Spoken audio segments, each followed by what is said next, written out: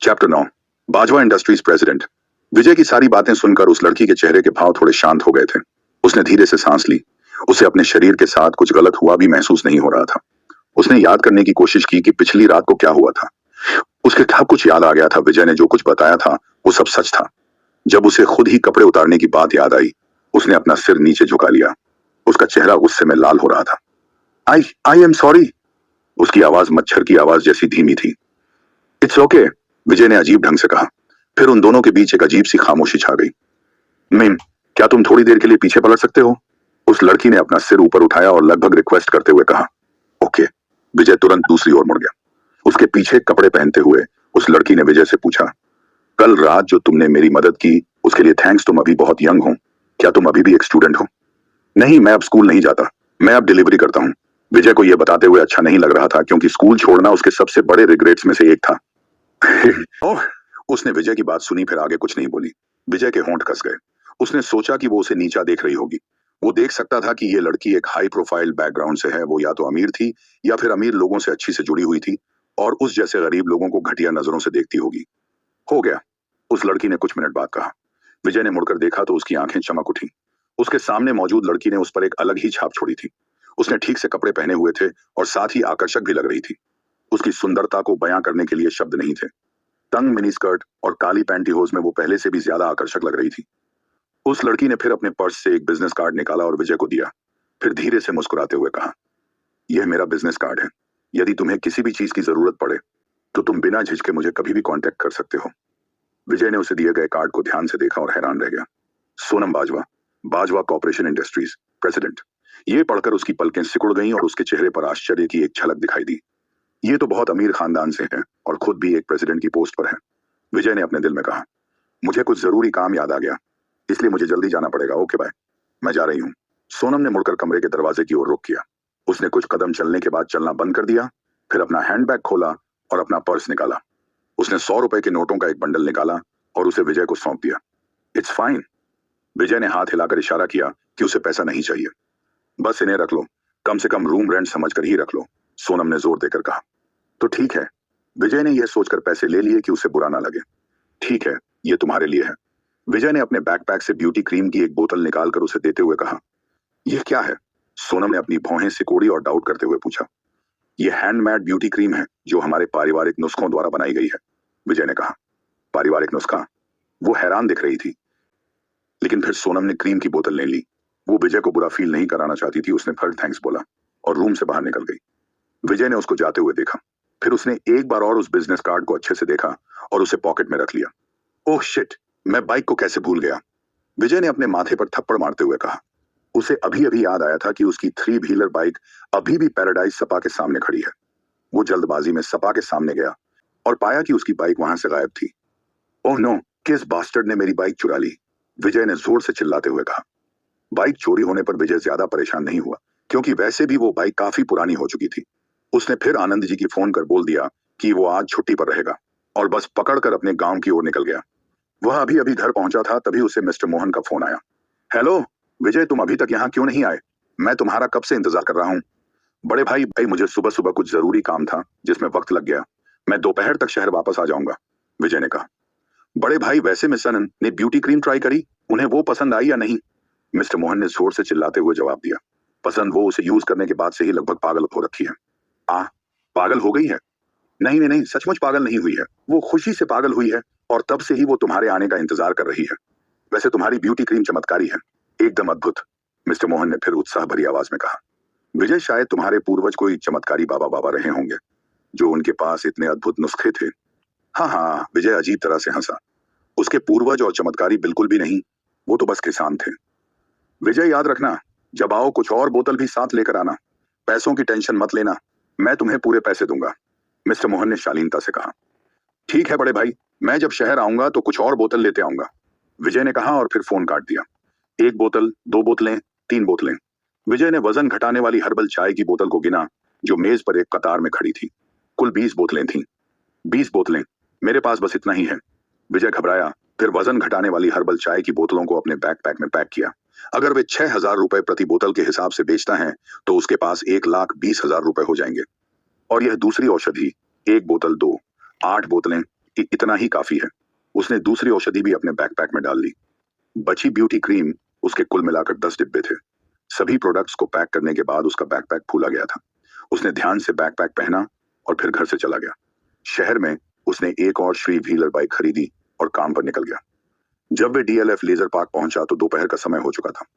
विजय, तुम आखिरकार आ ही गए। इस वक्त मिस्टर मोहन अपने घर के सामने खड़ा था। विजय को आते देख वो खुश होते हुए चिल्लाया। विजय केवल एक दिन के बाद ही मिस्टर मोहन को पहचान नहीं पा रहा था। पहले वो लगभग 100-120 किलो का था, लेकिन अब वो बस 70-75 किलो का रह गया था। उसके फेस पर भी कुछ बदलाव आए थे और वो पहले से अधिक सुंदर लग रहा था। मिस्टर मोहन के बगल में एक 30 वर्षीय महिला खड़ी थी। वो मिस्टर मोहन की पत्नी थी और उसका नाम राधिका था। हेलो बड़े भाई, मिस। अपनी बाइक से उतरते हुए विजय ने उनको विश किया। विजय, तुम्हारी ब्यूटी क्रीम सच में अद्भुत है। ये देखो, एक दिन के बाद ही मेरी स्किन बहुत सुंदर हो गई। राधिका ने अपने एक हाथ की स्किन दिखाते हुए कहा। फिर उसने अपना दूसरा हाथ भी दिखाया। दोनों हाथों की स्किन का रंग अलग दिख रहा था। राइट साइड के हाथ की स्किन गोरी थी और लेफ्ट साइड के हाथ की स्किन थोड़ी डल दिख रही थी। इट्स ऑसम, विजय ने सोचा। विजय, तुम और भी क्रीम लाए हो क्या? एक बार मुझे दिखाना, राधिका ने बेसब्र होते हुए कहा। हाँ, मैं 10 डिब्बे लेकर आया हूँ। विजय ने अपना बैकपैक खोला और ब्यूटी क्रीम के डिब्बे निकाले। राधिका के चेहरे पर खुशी साफ साफ देखी जा सकती थी। मेरे लिए भी कुछ लाए हो क्या विजय? मिस्टर मोहन ने भी इम्पेशेंट होते हुए कहा। इतनी भी जल्दी किस बात की ब्रो? रुको, मैं देता हूँ। विजय ने एक एक करके सेक्सुअल औषधि की बोतलें निकाली। मिस्टर मोहन ने बोतलों को अपनी बाहों में ऐसे रखा जैसे वो अमूल्य खजाने हों। ओह माय गॉड, 8 बोतलें, मिस्टर मोहन ने खुश होते हुए कहा। और वजन घटाने वाली हर्बल चाय भी हैं। कुल 20 बोतलें। क्या आप उन सभी को लेना चाहते हो बड़े भाई? विजय ने मोहन से पूछा। बेशक, मैं उन्हें क्यों नहीं चाहूंगा। तुम्हारे पास जो कुछ भी होगा मैं ले लूंगा। मेरे दोस्तों ने इसे आजमाया था, अब उनको और भी हर्बल चाय चाहिए, मिस्टर मोहन ने कहा। तो ठीक है, विजय ने उसे पूरा बैकपैक ही दे दिया। रुको जरा, मुझे इनका हिसाब लगाने दो। ये औषधि, औषधि, मैं तुम्हें इनके लिए 20-20 हजार रुपए दूंगा। इसलिए 8 बोतलें के 1,60,000 हुए। वजन घटाने की दवाएं के 6,000, नहीं 8,000। मेरे दोस्तों के पास बहुत पैसा है और आप जो भी कीमत मांगेंगे वे खरीद लेंगे, तो इनका भी 1,60,000। जहां तक ब्यूटी क्रीम की बात है, उसकी कीमत क्या है विजय? बड़े भाई, वो आप ही डिसाइड कर लो, विजय ने कहा। हम 5,000 ठीक है, तो 10 डिब्बों के हुए 50,000। कुल मिलाकर 3,70,000 रुपए हो गए। विजय, मैं इन पैसों को तुम्हारे बैंक अकाउंट में ट्रांसफर करा दूंगा, मिस्टर मोहन ने कहा। ठीक है, विजय ने जवाब दिया। मिस्टर मोहन ने विजय की श्री व्हीलर बाइक पर रखे डिलीवरी पैकेज देखे और कहा, विजय, तुम्हारे पास अब तो काफी पैसा आ चुका है, फिर भी तुम डिलीवरी क्यों कर रहे हो? विजय, तुम्हें नहीं पता, मैंने कभी किसी की तारीफ नहीं की। सच में तुम पहले इंसान हो जिसको मैंने इतना एडमायर किया। विजय, तुम एक बहुत टैलेंटेड लड़के हो, फिर तुम अभी भी क्यों एक डिलीवरी बॉय की जॉब कर रहे हो? तुम बस इन प्रोडक्ट से ही काफी पैसे बना सकते हो। ठीक है, राधिका ने आगे कहा। एह, विजय, तुम्हारी कोई गर्लफ्रेंड है? अगर नहीं तो मैं तुम्हारे लिए कोई अच्छी लड़की देखूंगी। इट्स फाइन, विजय को शर्म आ गई। अरे बेटा, तुम्हें शर्म क्यों आ रही है? राधिका ने मुस्कुराते हुए कहा। विजय ने दोनों लोगों को अलविदा कहा, फिर अपनी श्री व्हीलर बाइक पर बैठ वहां से निकल गया। बाइक पर चलते उसने सोचा, अब उसे नौकरी छोड़ देनी चाहिए। उसके पास अभी भी पहले मिले पैसों में से लगभग 60,000 रुपए बचे थे और अब के 3,70,000 लगाकर उसके पास 4,30,000 रुपए हो गए थे। सच में बस किस्मत का खेल होता है। कल तक उसके पास खाना खाने के लिए मुश्किल से पैसे बचते थे, लेकिन अब वो बस एक दिन में 2-3 लाख कमा सकता है। अगर वो ऐसे ही प्रोडक्ट्स बेचता रहा, भविष्य में उसके पास और भी ज्यादा पैसे होंगे। यह देखते हुए कि इस समय उसके पास कुछ भी करने के लिए नहीं है, उसे इस बीच पैकेज देने में कोई दिक्कत नहीं थी। इसके अलावा जब वो हॉस्पिटल में एडमिट था तो आनंद जी ने उसकी नौकरी किसी और को नहीं दी, इसलिए तुरंत अपनी नौकरी छोड़ना कोई अच्छी बात नहीं होगी। उसने अभी कुछ और समय के लिए जॉब पर रहना का डिसाइड किया ताकि आनंद जी पहले से ही उसका रिप्लेसमेंट ढूंढ ले। तभी उसकी जेब में रखा फोन वाइब्रेट करने लगा। उसके फोन में एक नोटिफिकेशन आया हुआ था जो बैंक अकाउंट में पैसे क्रेडिट होने का था। क्या विजय जल्द ही नौकरी छोड़ने वाला है? क्या सच में राधिका जी उसके लिए कोई गर्लफ्रेंड ढूंढने वाली थी? और क्या विजय फिर से मिलेगा सोनम बाजवा से? आखिर क्या होगा इस कहानी का अगला पड़ाव? जानने के लिए जुड़े रहे हमारे Abdul Rahim explainer YouTube channel पर। Chapter 10 DLF mall. विजय को एक नोटिफिकेशन आया था, 4,30,000। विजय के दिल की धड़कन रुक गई। अगर यह पहले की बात होती तो उसे नहीं पता था कि वह अपने पूरे जीवन में कड़ी मेहनत करने के बावजूद भी इतना पैसा बचा सकता था या नहीं। क्या मुझे अपने लिए कुछ खरीदना चाहिए? अपने पहने हुए घटिया कपड़ों को देखते हुए उसने सोचा। उसने अपने हाथ में पुराना फोन और पैरों में फटे जूतों को भी देखा। उसने कुछ देर तक इसके बारे में सोचा, फिर सिर हिलाया। कोई बात नहीं, यह इतने भी जरूरी नहीं है। 4,30,000 ज्यादा नहीं होते। और मैं इन्हें कुछ जरूरी चीजों पर खर्च करना पसंद करूंगा, जैसे कि औषधि या जड़ी बूटियां। अगर मैं जल्द ही ज्ञान चक्र के सेकंड लेवल पर पहुंच गया तो मैं जादू टोना करना भी शुरू कर सकता हूँ। कपड़े और अन्य सामान सब मुंह माया है, वो ज्यादा जरूरी नहीं है। ठीक है, पर मुझे आनंद अंकल के लिए कुछ खरीदना चाहिए। फिर उसे अचानक मिस राधिका की कही बात याद आ गई, एक प्रेमिका के बारे में। विजय ने आह भरी। उसके दिमाग में एक छाया दिखाई दी। वो एक पोनीटेल वाली लड़की थी जो सुंदर, प्यारी और कोमल लग रही थी। अच्छा, और जब वो हंसती तो उसके गालों पर दो प्यारे डिंपल दिखाई पड़ते। इस लड़की का नाम लावण्या था। वो उसकी पहली क्रश और गर्लफ्रेंड थी। स्कूल टाइम में वो एक कैजुअल रिलेशनशिप में थे, हालांकि बाद में उसकी जगह किसी और ने ले ली थी।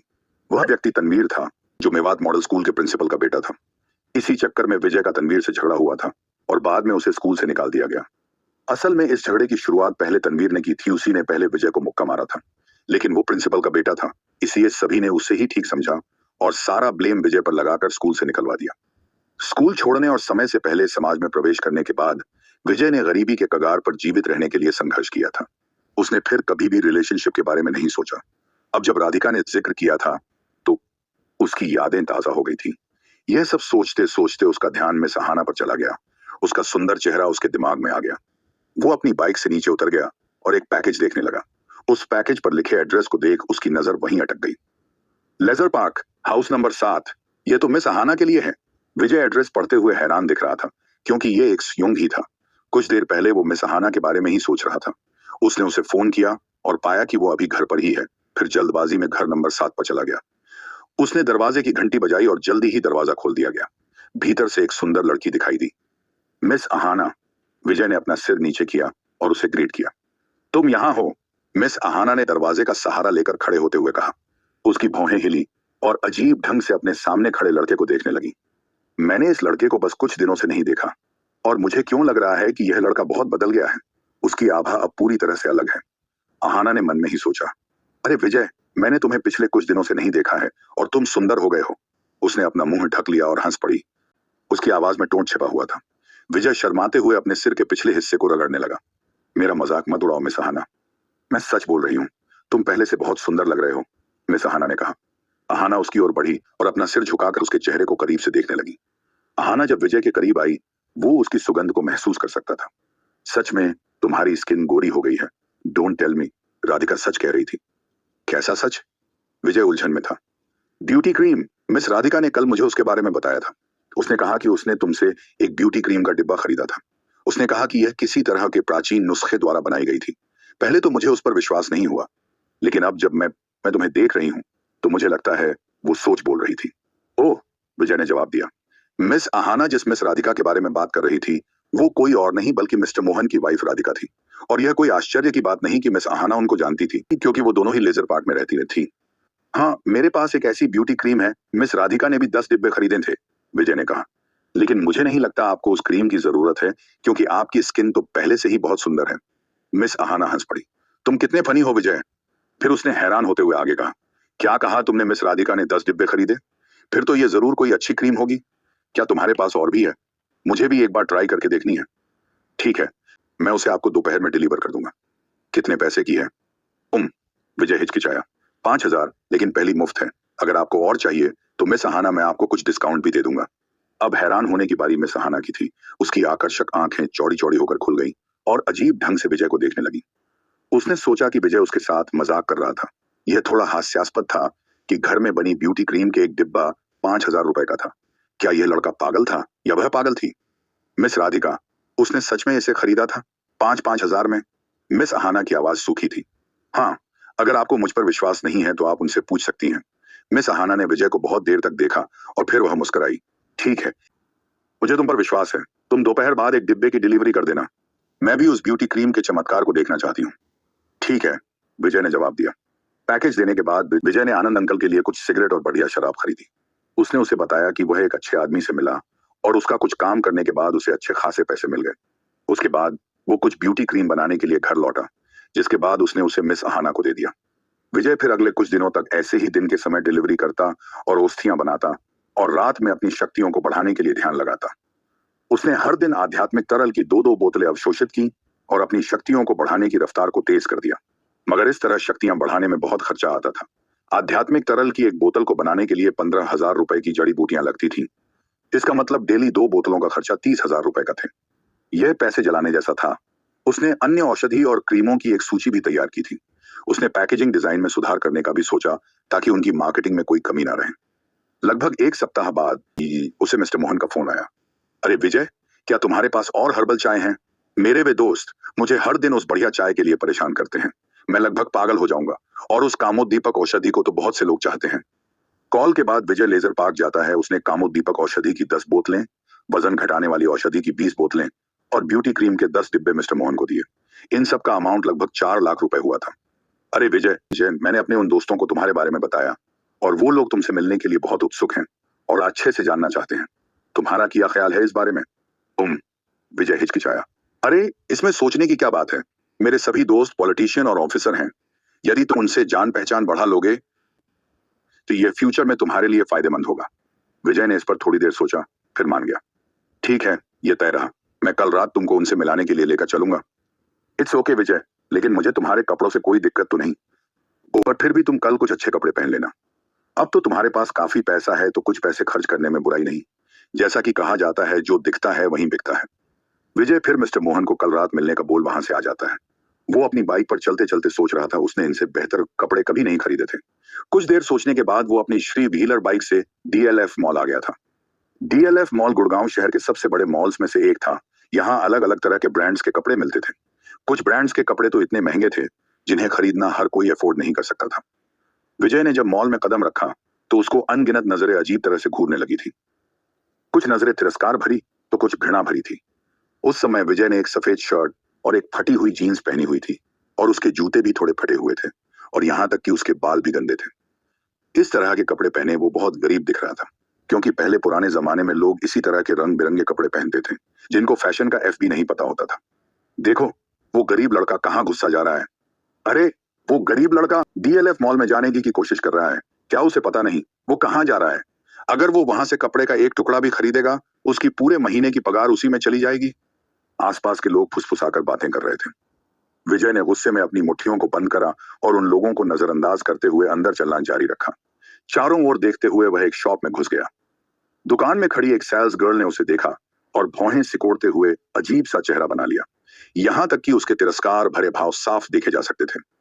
इस तरह का गरीब फटीचा लड़का डीएलएफ मॉल में किया कर रहा है।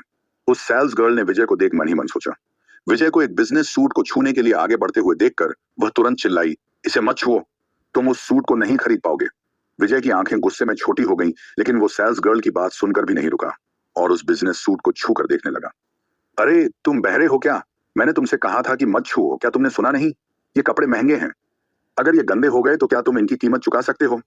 सेल्स गर्ल गुस्से में चिल्लाते हुए उसके पास आ गई। विजय ने प्राइस टैग पर नजर डाली और हंसते हुए कहा, बस 9,000, ये ज्यादा है क्या?